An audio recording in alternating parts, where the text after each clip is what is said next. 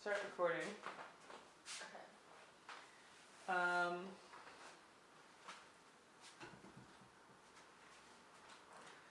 And then I guess we'll do what we do. But commercial and plug for the guests, I suppose. Okay. Alright. I'm gonna lay there. Lena! Whoa. What are you doing? Enjoying the We have episodes to record though. But all of this stuff. Yes. So much stuff. Yes, there's actually a lot of stuff. There's so much stuff. You know what? But there's a lot of good stuff. Like fancy stuff? My stuff is kind of fancy. Okay. I don't know if I have fancy stuff. I think I have comfy stuff. You have some fancy stuff. I've seen you at the drag show. Yeah. Secretly fancy stuff. Secret fancy? Yeah. That's pretty. But that's not pretty luxe. Just fancy sometimes. Just a little bit. Well, we have. I'm sorry. I'm like taking over all of the couch. Okay. There's only 2 couches. I could have sat at another couch, but That would be weird. you make this couch so cool.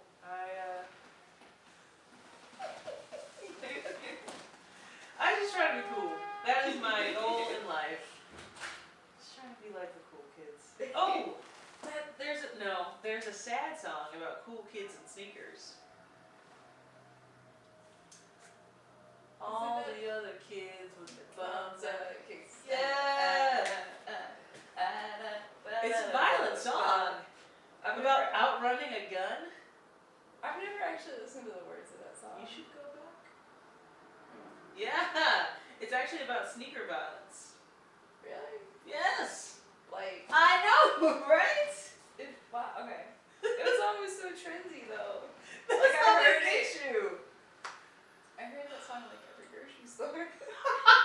All the time. It was like a subtle, please be aware, this is a public service announcement made by hipsters to, To save us from all of our ills. Okay. one day, to save us from everything. But yes, enough of my fanciness. We actually have some legit fancy. What is it? Like, I don't know if you know this, but we have some special things happening on this stuff. What are they? Oh my god! Well, first of all, they would be new equipment. Oh, is that why there's more light? That is why there's more lights. But there's also something else. We never put on our microphones. Is it this thing I'm laying on? No, it's not. Probably. Just kidding. So what are you crushing? Just someone's spirit. Just this little pouch. Okay. This is magic. So, you take that, Ba, ba, ba, ba. and I will take this amalgamation of wires. That's how you break things, ladies and gentlemen.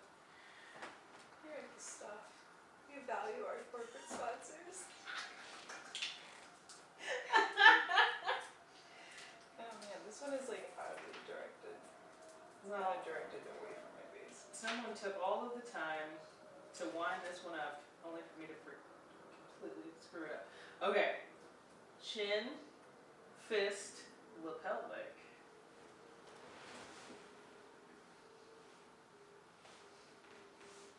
Secrets. It's still pointed away from my face. Well, the idea being the sound would come out of your face, and it would catch it like a dream. These are like dream catchers, but for sound. Dream catchers for your face. That's all a microphone is. Oh my god. So now, I have to do all of the things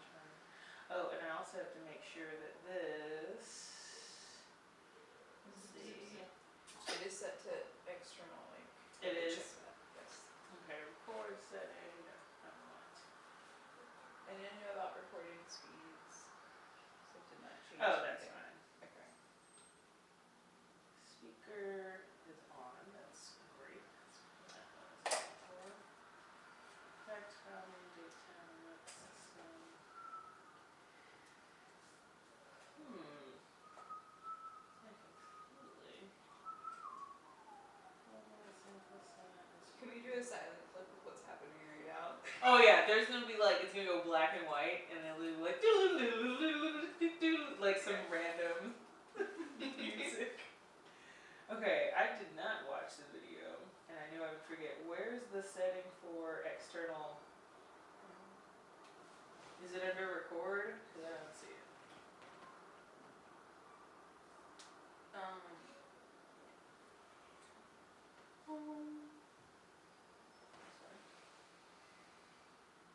Record mode. Yeah.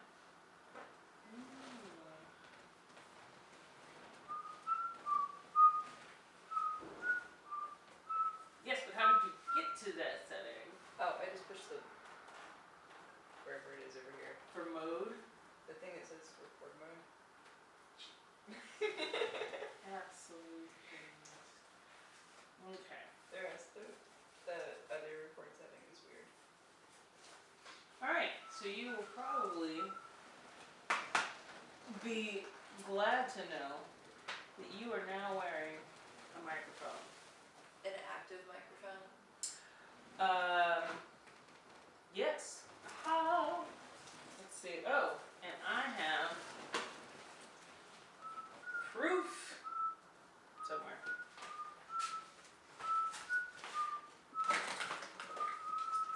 Okay.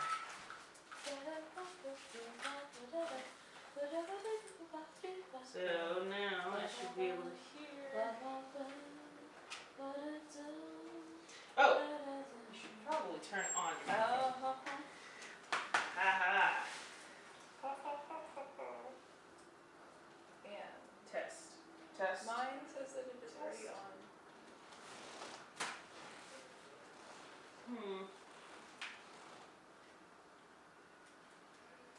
Well, I could tell the difference when mine was turned on. Test, test. Okay, say something in yours. Hello.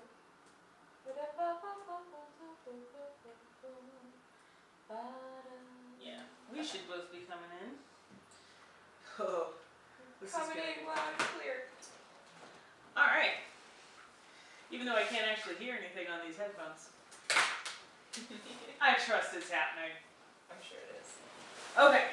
The universe has waves. Yes, sinister and subtle ways. Mystical and magnificent. It's the universe. It is both good and evil. It is both yin and yang, or yin and yang. And it holds all. Good and otherwise. So, side plug. The other day I was in a class and they gave us material that was like, the universe is expanding. And I was like, it's science. There was a study recently that said something about the universe collapsing on itself, and they had some number of how many billions of years in which it's going to happen. So it's gonna it's expanding, it's accelerating in its expansion. It's gonna snap or something. Yeah. Did we talk about this one day? Maybe. Because I was like, if the universe is expanding exponentially, right, then the option is for the universe to continue expanding exponentially and shatter, or for it to flip and invert on itself and create a black hole, which is not really nothingness. And then I was, like, what if that's the rapture? Or like, what if that's like the new kingdom of heaven or something? You know what I'm saying? Like, I do. It would shift all your paradigms, so like it would be new. Oh my goodness. Yeah. Wow. Yo. That's some crazy eschatology right there. I mean, crazy awesome eschatology. Golly. So, amidst eschatologies mind-blowing, how mind-blowing is this audio? Like, because it's now blowing in your ears. Actually, I was probably loud enough to do that before. But now, I'm not the only one. Yeah, and I don't have to do anything. I don't have to put on my loud voice. Because I save it for real special occasions. Well, I'm sad that the stuff wasn't special enough. No. Like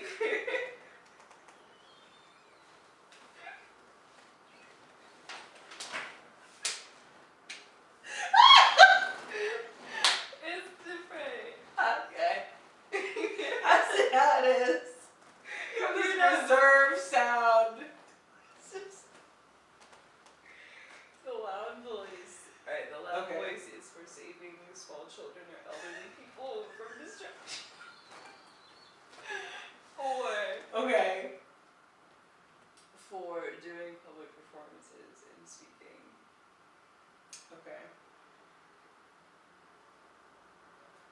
occasional raucous moments that I just don't seem to have at Union. Like, I don't know. We'll have to have a field trip. We'll just have to have like go out and about. Because I feel like there are settings in which I talk a lot louder. I just haven't been at Union. Yeah. So people should probably tell us where our field trip should be. Cause I'm ready to go wherever, as long as it's on the train line. Okay. I might be able to walk a little bit. Where am I not going yet? I haven't been to Staten. Nope. Took the ferry, got off, and right back on because no one stays. Oh. Yeah. That's so sad. I mean, the people that live there are okay. They don't need a bunch of other people hanging around. They've got it well covered. I don't know. Actually, I've never been. This is what I presume. Maybe we'll go one day. Just hang out in Staten Island? Yeah. I guess so. Well, it'll be a thing. It'll definitely be a thing. It'll be a thing. I will tell people, yeah, I just went to Staten Island. Oh, on the ferry? No. I went to Staten Island and hung out. Yeah, because I mean, like, I don't understand the thing when people, like, I don't understand the thing when people, like, Staten Island. Like, I don't know what that means. I have nothing against Staten Island, the same way I don't have anything against New Jersey. But I have adopted this, like, connotation from people who live in New York about these places. Right. I should eschew them. Develop my own prejudices. What if it's, like, amazing? It probably is. What if it's, like, almond gelato everywhere and just, like, unicorns and people say hello in the morning and, like, how you doing? Well, I've been to New Jersey several times, twice this week, oddly enough, and it was incredibly nice. The people were awesome. I got lost and people redirected me. There was an artist that I came across that was selling, like, other artists, like, jewelry. It was very nice. I clearly went again, so I would go again. So maybe the same will happen in Staten Island. They have a zoo there. So true. So Unless it's, like, sad zoo. Because that's a thing. I've been to only one zoo, and it was incredibly sad. It was just like, I really hope those animals move. Because they don't look asleep. Or why are all those scratches and just so much sadness. It was the San Antonio Zoo, which I'm told has gotten better. Goodness gracious. It just was not a fun time when I was a kid. Yeah. Not so much. It was rough. Mostly for the animals, I think. Yeah. What if we had, like, inspirational issue of the week? And, like, a list of, like, ways you could get involved if you didn't know. You know, and not like give up your life and, like, get obsessed with it, but, like, hey, if you have an extra 5 minutes this week and you feel on fire for justice about sad zoos, here's a list of things you could do. True. It would be a little extra research, but it could kind of be cool. That would be very cool. Sort of like a spark moments or something. I'm trying to think of lighting a match, but not necessarily being on fire long enough to burn your fingers. Yeah. Kind of passion. I would imagine either volunteering at the actual zoo or giving more money to the zoo so that they can afford better habitats would be the way to go.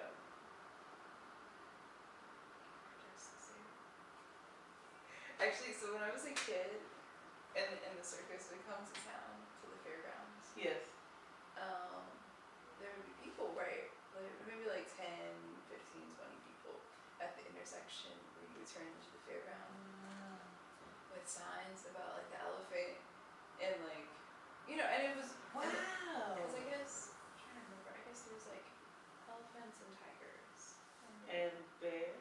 I don't think there was a bear. You can't not. Go on. But I remember as a kid being like not getting it. You know what I mean? Or Right. or just like being in a, I don't know, like, I guess maybe it was a time where people didn't think it was a real thing, that the animal could be unhappy, or that the animal would be badly treated. Because I think there's a certain, like, sometimes when people don't believe in issues, I almost wonder how much of it is innocence. Like, why would you ever hit an elephant with a stick? That sounds terrible. You know what I mean? Right. And so, like, I think some people sometimes, like, can't process that would really happen. That somebody would go out of their way to, like, beat an elephant. Well, But yeah, people do. yeah. So where'd you grow up then? Virginia. Virginia. Okay, because that did not happen in South Texas. Yeah. I mean, we all had our own issues with animals there. Some of us had animals on our land. Yeah. But there's research that came out recently about cyborg bugs. And there are scientists that are attaching like a little tiny backpack with like electronic stuff in it onto giant cockroaches. And they insert these things into the cockroach's brain, like antenna, that can read the directions that are being sent to it, that get transmitted into the backpack and all this other stuff. And so the scientist glibly says something like, well, I don't think they can feel it. If they can, I haven't heard anything about it, or something awful like that. Yeah. It's like, just because you don't speak cockroach, don't mean they ain't said something about it. Like, That's so. Yeah. oh my god. So like, then it means, what does it mean to have consent? Yeah. Because if you don't have, that's a whole conversation. That's a whole conversation. Wait, okay. So, real quick, I'm like just feelings. Okay, so I'm thinking about too, like, what does it mean to have animals up on your farm, and this distinction made between like animals are slaughtered, and like this animal is to my use or my companionship. You know, and then the idea that like certain animals are just automatically expendable, like a cockroach. You know, like, oh yeah, that's cool. I can stick this thing in its brain and like, no big deal, because nobody likes them. Right. Which is just, that troubles me on so many levels, like really. Because I'm thinking about the technology of what it means to place something in like physical proximity, but then to also change the structure of the brain so that you are forced to register what is in physical proximity to you and to take direction from it. Like, that's terrifying. Yeah. And like, I'm real paranoid, so I'm like, oh no, I'm not going to the ear doctor. I'm not going outside. Like, Yes. No. Yes. It's sort of like Dr. Lovelace, you know, the strange island. I don't remember Oh, yeah. the island of Oh, Dr. Magoo. is that what it is? Oh crap! It's the like some It's a crazy it's a scientist's Dr. M. island. It's Dr. M something. I just saw the Simpsons episode that plays on that for the Treehouse of Horror, which is fantastic. Oh man, crap. But it basically does this same, it puts you in the same sort of situation where you're being forced to examine an experience where a human and an animal are made to join together and live this life, whereas, you know, in actual life, cockroaches and electrodes are being put together and to do the bidding of whomever has the controls. So eventually this may be something that moves on to other creatures. This may be, as much technology happens, it may be something that goes on to a military use. And my immediate thought was, and when they become sentient and want to take down humanity, then what? So all I'm saying is just be ready for either a robot revolution or now cockroach cyborgs. Island of Dr. Moreau. Nice. I knew that it was a O. Yeah, you had the M. You had the M. The M and the oo sound on their track. Not to be confused with the cow. Correct. Correct. Very important distinctions to make. Not quite as Cow go was guy. not here and able to be consensual. Exactly. Very They important. were not Very important. involved in decision making. It's interesting because the movie is the thing that comes up when I search for it. Yes. And, well, because it's a H.G. Wells book. You know, and sometimes you're just like, I don't know if H.G. Wells was just having like crazy visions at night or like, I don't know, but Well, that dude. Philip K. Dick was having crazy visions at night. He was diagnosed with schizophrenia and believed he had visions and interactions with other beings that could have been angels or demons or aliens or something. Yeah. You know, and he has probably a record for the most number of books that became movies that are sci-fi or something, like Yeah. Blade Runner, which came from Do Cyborgs Dream of Electric Sheep? And there's so many others. This is terrible. But yes, Yeah. people that write about these sorts of things, they have to have gone there in some fashion before they put pen to paper or fingers to typewriter, keyboard.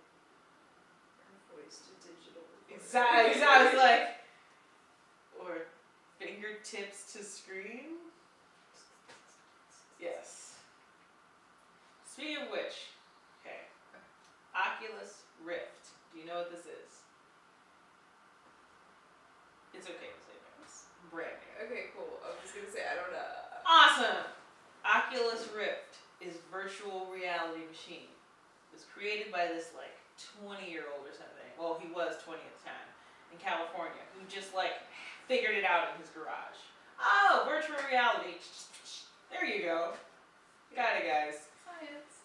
One of the biggest issues that virtual reality had over the past few years is the vertigo and like not being able to really feel like you were there. You know, like you turn your head and then your stomach would turn as well. Yeah. So the Oculus Rift is now available to developers for $350. I can define myself as a developer. I feel like I can get away with that. But until I make that decision ethically, I've seen other people use it.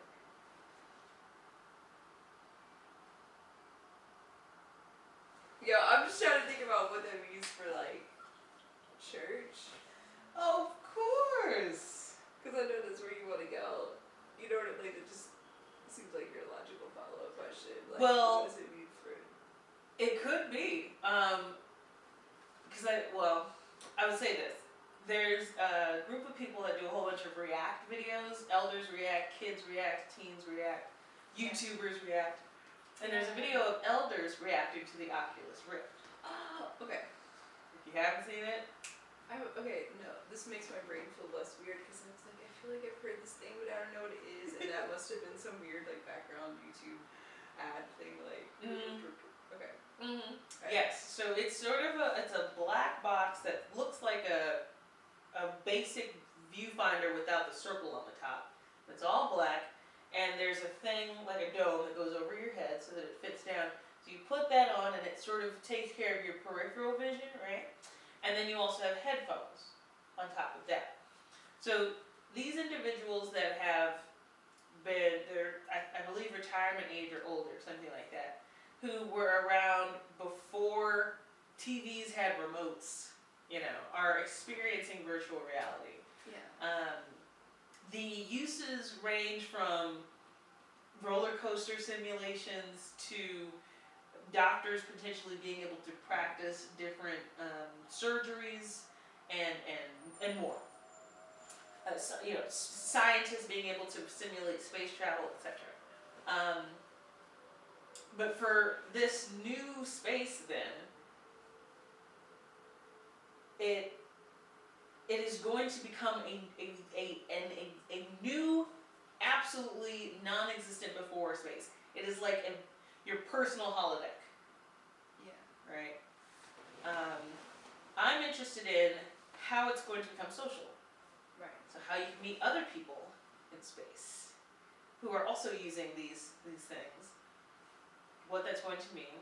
Because once people meet up, good things may happen.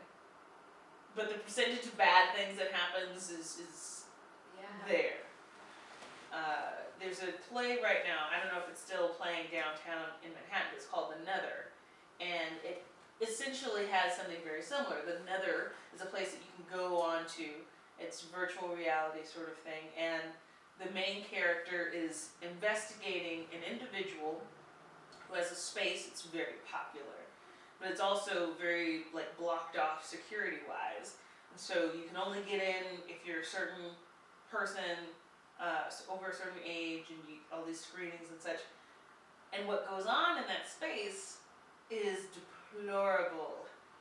Specifically, the things done to children. I'll say that. But the question then becomes, if it's done in this virtual space, should it be a crime? The main character is, or the criminal is a self-identified pedophile who has never in real life gone the whole way of actually harming a child. And so he instead set up this space in which only adults can enter in. Everybody knows what's going on, there are rules, and he is able to go there instead of in the real world. It's a great play. The Nether, if you get a chance to see it, go see it. I actually want to go take some other people and then have like a talk back or something. But because the Nether is about to be a thing in real life that we're all going to be faced with.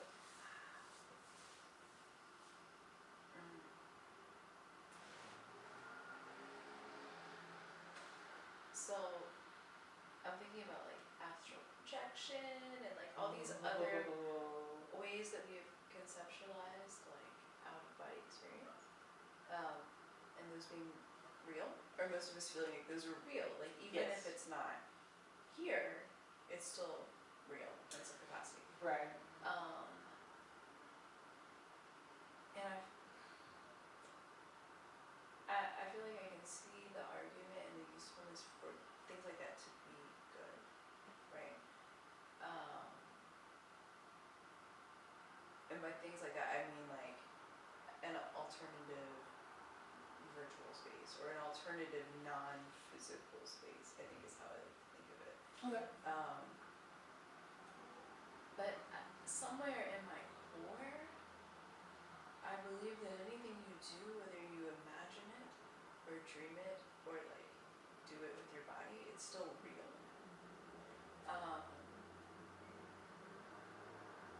And my sort of gut reaction is that whatever you do in your conscious mind space, it will affect your waking physical presence space, and that you're going to have a very hard time not letting there be a leak.